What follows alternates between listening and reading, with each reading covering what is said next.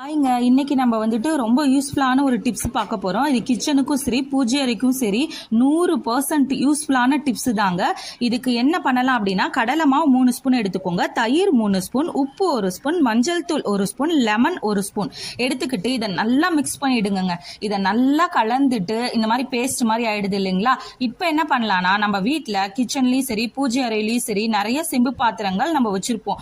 அதெல்லாம் கருப்பாகி அது அப்படியே கிடக்கும். இதை க்ளீன் பண்ணலாம் அப்படின்ட்டு நம்ம நிறைய யோசிச்சிருப்போம். ஆனால் அதை க்ளீனே பண்ண முடியலன்னு சொல்லி அப்படியே விட்டுருப்போம். இன்னொன்று என்னன்னா, நம்ம இதை க்ளீன் பண்ணுறதுக்காக வெளியே போய் லிக்விட் வாங்கினோம்னா 200க்கு மேலே ஆகுங்க. ஸோ நான் இந்த பொருளெல்லாம் சொன்ன பார்த்தீங்களா, இதெல்லாம் மிக்ஸ் பண்ணிட்டு நல்லா இப்படி தேய்ன்னு தேய்ச்சிட்டே இருங்க. பாருங்களேன், சூப்பராக பளிச்சுன்னு ஆயிடுங்க.